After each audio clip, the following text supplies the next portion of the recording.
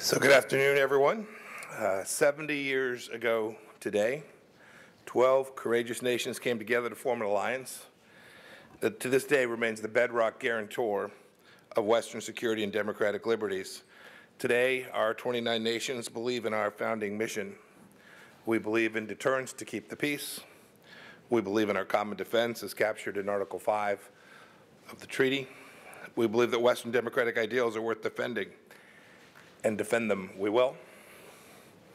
Our nations have inherited a strong alliance because our predecessors had the wisdom to continue to adapt to the challenges at hand. And now it's our duty to adapt to the challenges like radical Islamic terrorism, cyber attacks, uncontrolled migration, Chinese strategic competition, and indeed, still, Russian aggression. Today we had wide-ranging, robust discussions. We took important decisions on urgent problem sets. Vladimir Putin harbors dark dreams of imperialism. This is evident from his invasions of Georgia and Ukraine and his meddling in Syria, and now in Venezuela. He wants to split our alliance and weaken our democratic resolve. In light of Russia's attacks on Western democracies, we agreed to improve our defenses against hybrid warfare, develop new strategies to deter it, and identify prompt and effective responses. We also discussed terrorism. NATO plays a key role in the fight against Islamist terrorism, both inside and outside of our alliance. The U.S. especially appreciates NATO's commitment to the NATO mission in Iraq. For nearly 18 years, NATO allies and partners have fought terrorism in Afghanistan. We've trained and advised and assisted the Afghan National Defense and Security Forces. I updated our NATO counterparts on the work of Ambassador Khalilzad. His diplomatic undertaking is executing at my direction. The United States will ensure that our collective sacrifices are not wasted and that terrorists can never again threaten us from Afghanistan's soil. Lastly, we discussed burden sharing. No alliance can survive without proper investment from all of its partners. Our allies have joined the United States in recognizing the need for greater burden sharing, each and every one of them. I'm pleased to say that since 2016, our allies have pledged $41 billion, and that number will increase to $100 billion by the end of next year, 2020. That's no small feat. It's money well spent. Nations have contributed should be proud. You have the deep gratitude of President Trump for that, but I told them, too, there's more work to do. It's important for them to make the case to their citizenry for why this collective deterrence remains important, that spending commitments matter. They lead to political solidarity. As a military alliance, our posture should be second to none. It's self-evident that our armies, navies, and air forces must be fully trained and equipped and ready to go when called upon in conflict or crisis. At the Leaders Summit last July, we took a major step forward in agreeing to the 430s initiative. Now it is time for us to fulfill those goals. 70 years ago, the great Dean Acheson said that the NATO alliance was, quote, a statement of the facts and lessons of history, end of quote. He knew that if free nations do not stand together, they will fall one by one. The same is true today. As for the United States, we will continue to bear our fair share. We will continue to lead within NATO, and by doing so, we will defend the freedoms of the American people and the people of our allies. I'm happy to take a few questions. Let's start off with Latvia TV, Ina Stratskina.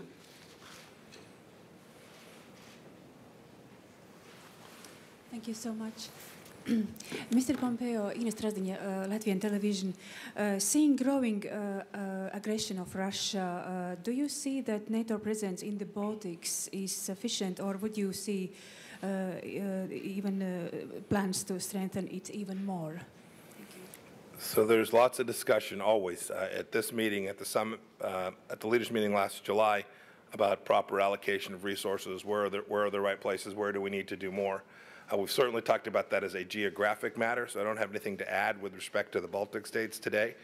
But it's not just a geographic matter. We've also talked about new challenges that face us, right? So telecommunication systems, infrastructure, cyber, hybrid warfare, things that aren't resolved by more troops sitting on the ground someplace, but which present risk to the Baltics to all of Europe, to all the NATO partners, including the United States and Canada as well. So we're trying to make sure that our resources, our focus, are meeting the challenges of today.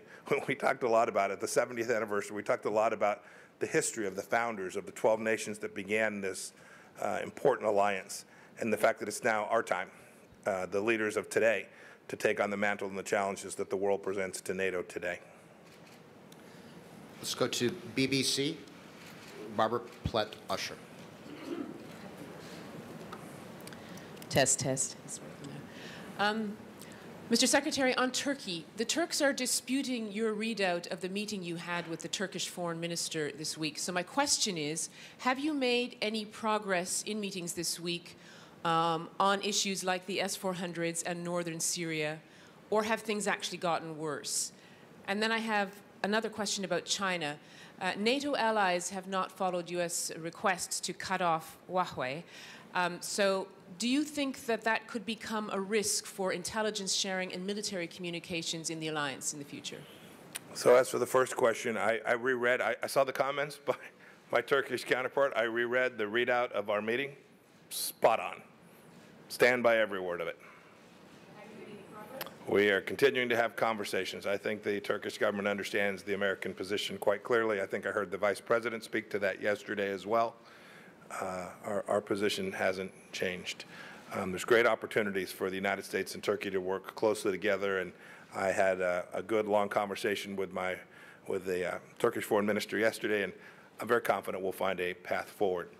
As for the risks associated with the installation of Chinese technology in systems related to security, there is undoubtedly the risk that NATO or the United States will not be able to share information in the same way it could if there were not Chinese systems inside of those networks, inside of those capabilities.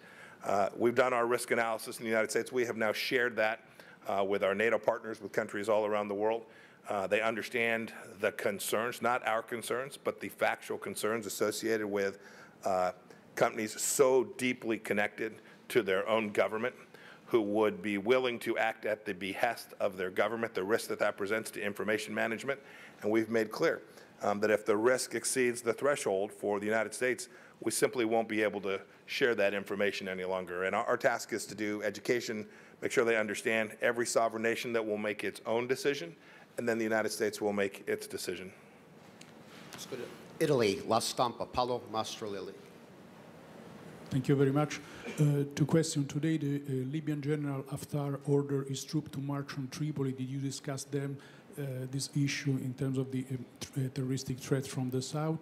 And the second question, Italy signed a BRI initiative with China. Do you consider that to be a threat to the interoperability of NATO? So with respect to the first question, Libya, I don't have anything to add. We're following closely what has been taking place there over the past weeks and months. We've been following the UN process, trying to do the best we can to be a positive force to deliver a good solution for the people of Libya and increased stability there, to be sure. Second, as I said in response to the previous question, every country has to make its own decisions about how it wants to respond to Chinese debt trap diplomacy or Chinese efforts to sell goods at below market that clearly have a security component to the transaction.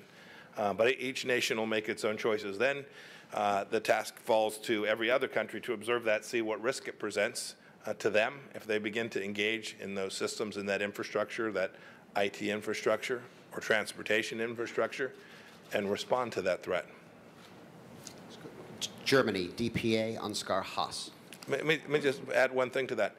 It is one thing to compete in an open, fair, transparent way. The United States is prepared to compete with our NATO allies, with China, with any country that shows up with a commercial transaction, a better mousetrap, a better idea, and compete with fair, reasonable, transparent transactions. It is a very different thing to engage in transactions that have a national security component to them. When a nation shows up and offers you goods that are well below market, one ought to ask what else is at play, why it was that that entity showed up with a deal that is literally too good to be true. DPA, please. Thanks. Maren Hennem with TPA. The president and the vice president have been quite clear that they want Germany to step up on defense spending. So, but according to the latest projection, they won't even reach 1.5% in 2024. What concrete consequences is the U.S. considering if they don't step up? Do you have any steps in mind, like withdrawing troops from Germany? It's important to step back just a bit. Remember that this notion of 2% isn't made up. It wasn't created by this administration in the United States. It wasn't created by the previous administration in the United States. It was a commitment that every NATO ally agreed to in Wales. That includes Germany, who committed to that. So the promise that is being fulfilled is a promise that the German government made. So we're very hopeful. We're very hopeful that they will get it right, that they will understand that it is important for our collective defense, and we will urge them to continue to do so. We have Norway, Aftenposten.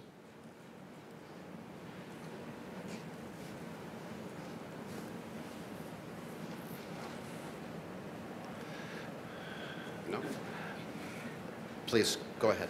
I just wanted to ask you, Secretary, I'm from Spain, from ABC. Did you manage to talk about Venezuela and the presence of Russian troops in Venezuela as a part of the meeting today? And what's your position regarding those 100 soldiers that, according to Special Envoy Abrams, were calibrating a missile system? We did talk about Venezuela. The American position was made clear by President Trump.